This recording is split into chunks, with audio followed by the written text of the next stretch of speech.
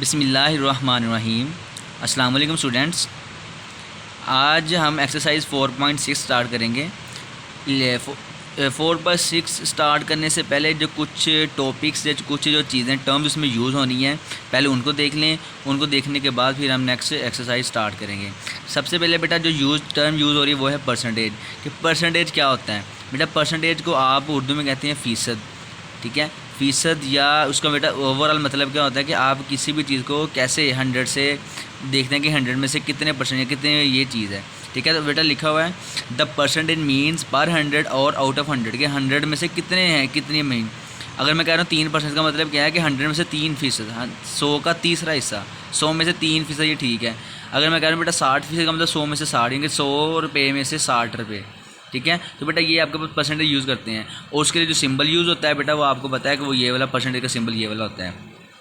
Next बेटा आता है प्रॉफिट और लॉस। ठीक है, प्रॉफिट क्या होता है बेटा? प्रॉफिट होता है कि अगर आपने कोई चीज़ ली है थोड़े पैसों में और बाद में आप उसे बेच दो ज़्यादा पैसों में, तो आपने अपने पैसों से जो एक्स्ट्रा पैसे ऊपर कमाए हैं वो आपके पास प्रॉफिट होता है। ठीक है, ये लिखा हुआ if selling price is higher then cost price. अगर आपकी कीमत फ़रोख्त, बेटा सेलिंग प्राइस में कीमत फ़रोख्त जो आपने बेची है, इज़ हायर ज़्यादा है देन कॉस्ट प्राइस जो आपने ख़रीदी है। अगर आपकी कीमत फ़रोख्त आपकी ख़रीदी हुई कीमत से ज़्यादा है देन प्रॉफिट अकर्स, फिर आप प्रॉफिट बेटा आता है। It can be written as, इसको हम कैसे लिखते हैं? Profit is equal to sell price minus cost price. बेटा प्रॉफिट का मतलब कैसे निकालते हैं? Sell price minus cost price. जब आप सेल प्राइस मीन जिस पैसे से आपने सेल की है, जितने पैसे में सेल किया उतने में से आपने बेटा निकालने हैं उतने पैसे जितने में आपने उसे ख़रीदा था। ठीक है, sell price minus cost price. तो ये भी लिखा बेटा profit is equal to SP minus CP, sell price minus cost price. बेटा ये चीज़ें मैं टर्म बता रहा हूँ, आपने ये लिखनी है। पहले आप परसेंटेज की हेडिंग देंगे, परसेंटेज की डेफिनेशन लिखेंगे, फिर प्रॉफिट की हेडिंग देंगे, यहाँ से लेकर यहाँ तक प्रॉफिट लिखेंगे। फिर बेटा आ जाएगी लॉस। लॉस कैसे निकालते हैं बेटा? लॉस होता क्या है बेटा? आपने कोई चीज़ खरीदी है 500 रुपये में, ठीक है, लेकिन एमरजेंसी में आपको पैसे की ज़रूरत पड़ गई है, या क्या होता है कि या मार्केट रेट गिर जाता है और आप वो चीज़ बेचते हो 400 रुपये की, तो फिर क्या होता है कि आपको 100 रुपये का नुकसान हो गया था। ठीक है, अगर आपकी कीमत फ़रोख्त बेटा selling price is less than cost price, बेटा इसमें था selling price higher than cost price. बेटा अगर उसमें आ जाए अगर selling price is less than cost price तो फिर आपका वो लॉस होता है।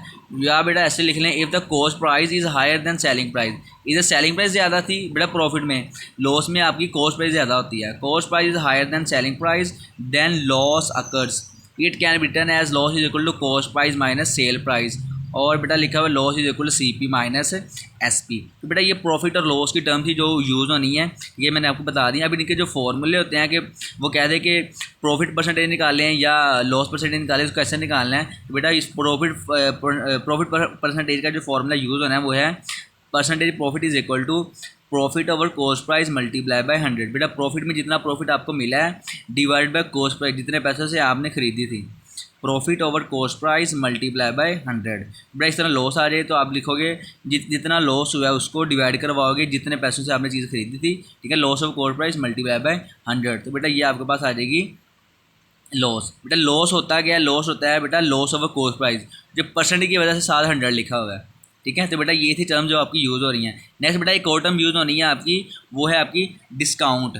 तो बेटा आप ऐसी हेडिंग देंगे डिस्काउंट की। नेक्स्ट लिखेंगे डिस्काउंट क्या होता है। डिस्काउंट बेटा ये होता है कि आप अगर कोई चीज़ बेटा सस्ते पैसों में ख़रीदते हैं, अगर बेटा कुछ बंदा बता रहा है कि यार ये चीज़ 500 रुपये की, आप कहते हो नहीं यार कम करो डिस्काउंट करो, पैसे हुए हैं तो उससे पैसे छूट दो उसमें, तो बेटा जो छूट देते हो आप उसे कहते हो डिस्काउंट, मीन जो पैसे कम करवाते हो।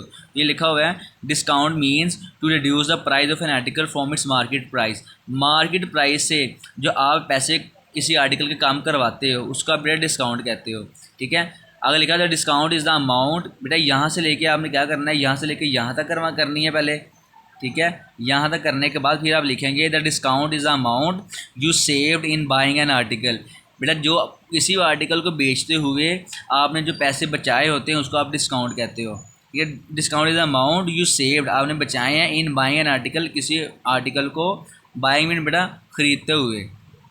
ठीक है, तो डिस्काउंट आ जाएगा discount is equal to market price minus sell price. Market price में से बेटा सेल प्राइस आप निकालोगे तो आपका डिस्काउंट आ जाएगा। तो बेटा ये टर्म्स ही जो आपकी यूज़ होनी है। ठीक है।